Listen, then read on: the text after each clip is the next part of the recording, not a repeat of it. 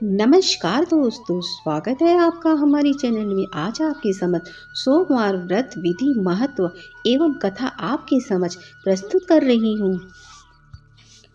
सोमवार शक्ति संबंधी वर है और इस वर के स्वामी सोम है। सोमवार के व्रती को उचित है वह दिन के तीसरे पहर तक सार्थक निराहार रहे, पश्चात दिन में अथवा रात में केवल एक समय पारण करे। इसमें फलाहार आदि को कोई नियम नहीं है। सोमवार के व्रती को यथा संध्या शक्ति शिव पार्वती का पूजन करना योग्य है। सोमवार का व्रत 3 प्रकार से किया जाता है। एक तो साधारण, चाहे प्रत्येक सोमवार को किया करे, अर्थात प्रदोष सहित सोमवार को, अथवा गिनकर 16 सोमवार का भी व्रत करे। सभी विधि एक ही है। व्रती को उचित है कि वह शिव जी की पूजा करने के पश्चात निम्नलिखित कथाओं को सुने। कथाएं 3 प्रकार की पृथक पृथक है, जैसे व्रती को वैसी कथा सुननी चाहिए। प्राचीन काल की बात है कि एक नगर में एक वैश्य रहता था जो बड़ा ही धनी तथा ऐश्वर्य युक्त था, जिसके कारण उसे किसी प्रकार का कष्ट ना दुख था। परंतु इतनी अतुल संपत्ति होते हुए भी उसे भोगने वाला कोई संतान नहीं थी, जिसका उसे सर्वदा दुख बना रहता था। वह वैश्य शिव जी का बड़ा भक्त था और प्रतिदिन सोमवार को शिव जी का व्रत तथा पूजा किया करता था। उसे विश्वास था कि शिव जी का भजन पूजन करने से मुझे एक दिन पुत्र अवश्य उत्पन्न होगा, जो मेरे इस अतुल्य धन को भोग करेगा। ऐसा मन में विचार कर वह प्रतिदिन सोमवार को व्रत करता तथा शाम काल शिव जी के मंदिर में जाकर दीपक जलाया करता था तथा बड़ी भक्ति से मधुर पाक व्यंजन बनाकर शिव जी को भोग लगाकर स्वयं प्रसाद लेता था और पत्नी को भी देता था। उसे ऐसा करते देख भक्त वत्सला देवी पार्वती से ना रहा गया और वे शिव जी से बोली, हे शिव जी, यह वैश्य प्रति सोमवार का आपका व्रत करके शाम काल दीप जलाता है तथा इस प्रकार बड़ी भक्ति भाव से पूजा करता है, अतः आप इसके दुख का निवारण शीघ्र क्यों नहीं करते। तब पार्वती जी के सुंदर वचनों को सुनकर शिव जी बोले, हे देवी पार्वती, इस वैश्य के तो पुत्र नहीं है, यह इसके पूर्व जन्मों का ही फल है। हे देवी, यह जगत तो कर्ममय है, मनुष्य कर्म के बंधनों से बंधा हुआ है। यह बंधा हुआ यहाँ आता है तथा अपने कर्मों के फल को भोगता है। उसी प्रकार यह वैश्य भी पूर्व जन्म के कर्म के कारण इस जन्म में निसंतान होकर दुख उठा रहा है। शिव जी के ऐसे उपदेश वचनों को सुनकर भी पार्वती जी ने नहीं माना और कहने लगी, हे ईश्वर, आप तो करुणा निधान है, फिर अपने भक्त पर क्यों ही दया करते, जब कि वह सदैव आपकी भक्ति प्रेम पूर्वक करता है। फिर आप उसे पुत्रवान करके उसके दुखों का नाश क्यों नहीं करते। यदि आप अपने भक्तों के दुख का निवारण नहीं करेंगे तो कौन आपका व्रत पूजा और सेवा करेगा। हे शिव जी, मेरा आपसे अनुरोध है कि आप कृपा करके उसे अवश्य ही पुत्र दीजिए। जब पार्वती जी शिव जी से ऐसा कहने लगी तो शिव जी बोले कि हे देवी, जब तुम ऐसा कहती हो तो मैं तुम्हारे कहने से उसे पुत्र का वर दे देता हूँ। उसके भाग्य में पुत्र का तो सुख नहीं है, यह तो केवल 12 वर्ष तक ही जीवित रहेगा, इसके पश्चात वह मृत्यु को प्राप्त हो जाएगा।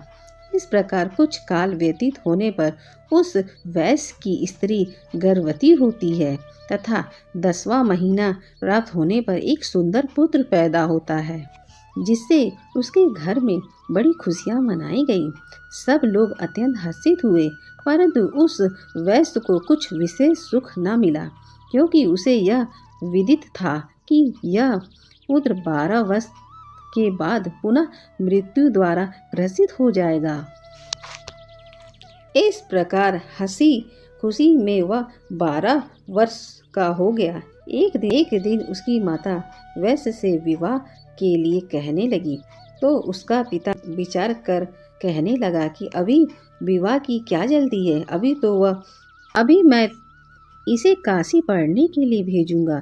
स्त्री से ऐसा कहकर उस वैश्य ने बालक के मामा को बुलाया और उसे खूब अधिक धन देकर बोला, अब तुम अपने भांजे को काशी ले जाओ और इसे विद्या अध्ययन कराओ तथा रास्ते में स्थान स्थान पर ब्राह्मणों को भोजन देते तथा यज्ञ करते जाना।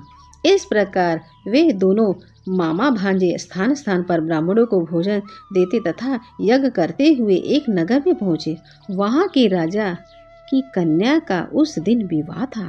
कन्या बड़ी ही रूपवान सब गुण संपन्न थी, परंतु राजकुमार अर्थात उस राजकुमारी का विवाह होने वाला था वह काना था, जिससे उसके पिता को चिंता थी।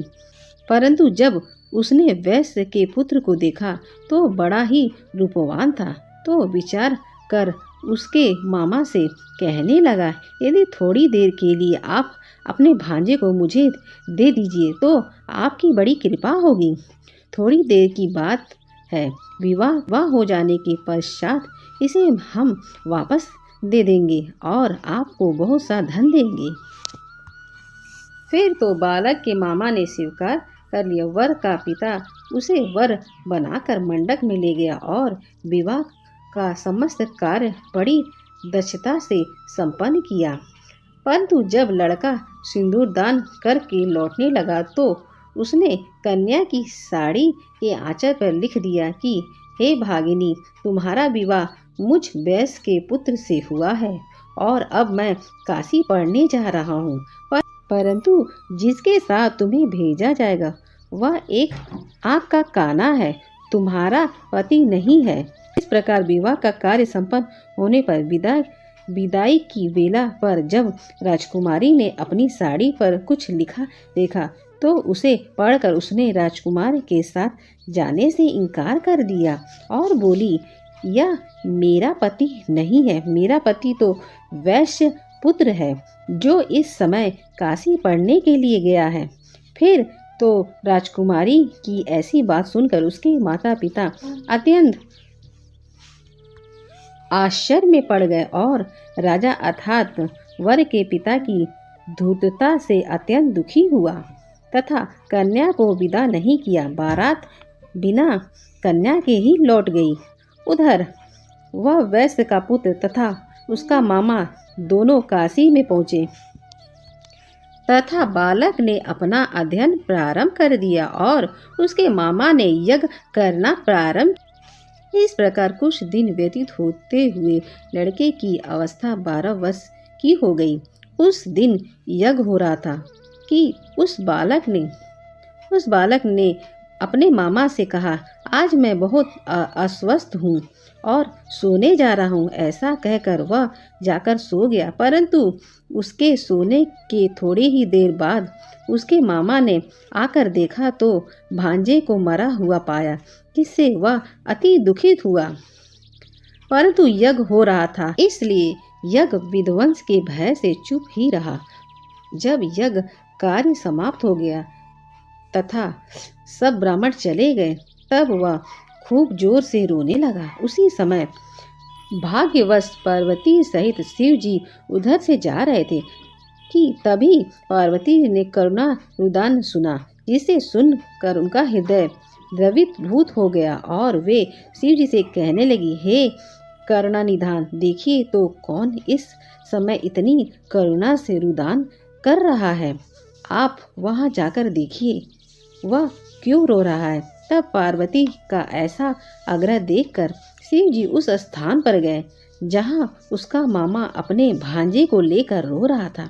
फिर तो पार्वती ने उस बालक को पहचान लिया और बोली, हे महाराज, देखिए तो इतना सुंदर यह वैश्य का बालक मरा है जो आपके वरदान से हुआ है। शिव जी बोले, हे देवी, यह बालक अपनी आयु समाप्त कर चुका है और वह मर गया है। इसमें किसी का क्या दोष है? पार्वती ने कहा, हे देव देवधी देव, हे करुणा निधान शिव जी, जैसे आपने इसे अब तक 12 वर्ष की आयु दी, वैसे ही जीवन प्रयत्न के लिए और आयु दे दीजिए, नहीं तो वह वणिक पुत्र के वियोग में मृत्यु को प्राप्त हो जाएगा। तब पार्वती के ऐसा कहने पर शिव जी ने वणिक पुत्र को जीवित कर दिया। इस प्रकार वह शिव जी के वरदान से जीवित हो गया और शिव पार्वती पुनः अपने धाम को अंतर्ध्यान हो गए। फिर कुछ दिनों के पश्चात वह बालक अपने मामा के साथ अपने नगर की ओर चल पड़ा तथा चलते चलते पुनः उसी नगर में आया जिस नगर में राजकुमारी के साथ विवाह हुआ था। वहां पहुंचकर उसने यज्ञ कर ब्राह्मणों को भोजन दिया, जिसे भोजन करके जाते हुए पंडितों द्वारा राजा को यह खबर लगी कि काशी में कोई वैश्य पुत्र आया है जो यज्ञ कर ब्राह्मण को भोजन दे रहा है। जब राजा उसे देखने के लिए गया और वहां पर उसने स्वयं अपने जमाता को देखा तो अति प्रसन्न हो आदर के साथ अपने महल में ले आया और कुछ दिन तक रखकर खूब मान सम्मान दिया और पुत्री मान दहेज सहित उसके साथ विदा कर दिया। तब वह वणिक पुत्र स्त्री सहित मामा के साथ अपने नगर की ओर चला। जब वे लोग घर के थोड़ा नजदीक आए तो मामा ने कहा कि मैं जाकर पहले अपनी बहन को तुम्हारे आने की खबर दे आता हूँ, जिससे वे वधू सहित तुम्हारा स्वागत करें। उधर वह वैश्य अपनी स्त्री सहित छत पर जाकर बैठा था। यदि मेरा पुत्र काशी से लौटकर नहीं आएगा तो हम लोग यहीं से कूदकर प्राण दे देंगे।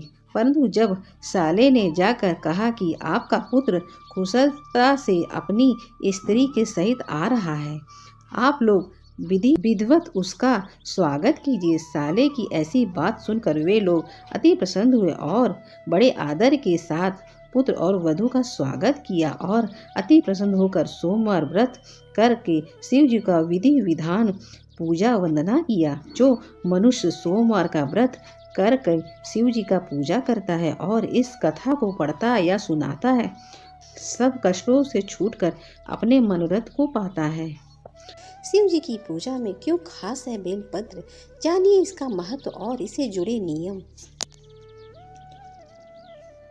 पौराणिक कथा के अनुसार समुद्र मंथन के दौरान जब विष निकला, भगवान शिव ने सृष्टि की रक्षा के लिए इस विष को अपने कंठ में धारण कर लिया था। हिंदू धर्म में भगवान शिव की पूजा करने में बेलपत्र का विशेष महत्व है। शिव पुराण में बेलपत्र चढ़ाने के बारे में बताया गया है कि बेलपत्र के बिना शिव जी की पूजा आराधना अधूरी मानी जाती है। ऐसी मान्यता है कि शिवलिंग पर एक लोटा जल और बेलपत्र की कुछ पत्तियां चढ़ाने से भोलेनाथ प्रसन्न हो जाते हैं और जल्द ही अपने भक्तों की हर मनोकामना को पूर्ण करते हैं। इस स्कंद पुराण में बेलपत्र के पेड़ की उत्पत्ति के बारे में कथा, देवी पार्वती ने अपने ललाट से पसीना पोंछा था, तब उनके पसीने की कुछ बूंदें मदार पर्वत पर गिरी थी। इस तरह से बेल के वृक्ष की उत्पत्ति हुई थी। बेल का पेड़ समृद्धि का प्रतीक है। भगवान शिव को बेलपत्र चढ़ाने से ही संपूर्ण पूजा का फल मिलता है। आइए जानते हैं बेलपत्र को शिवलिंग पर चढ़ाने के महत्व और कुछ नियम। पौराणिक कथा के अनुसार समुद्र मंथन के दौरान जब विष निकला, तब भगवान शिव ने सृष्टि की रक्षा के लिए इस विष को अपने कंठ में धारण कर लिया था। विष को गले में धारण करने से भगवान शिव के ऊपर विष का असर होने लगा। तब सभी देवी देवताओं ने शिव जी के ऊपर इस विष के असर को कम करने के लिए उन्हें बेलपत्र खिलाना शुरू किया था। शिव जी को बेलपत्र खिलाने और जल के असर से उनके शरीर का ताप धीरे धीरे कम होने लगा था। तभी से लेकर शिव जी को बेलपत्र चढ़ाने की प्रथा शुरू हो गई। बेलपत्र का महत्व। ऐसी मान्यता है कि जिन लोगों के घरों में बेल का वृक्ष होता है वहाँ धन धनय और सुख समृद्धि की कोई कमी नहीं होती है।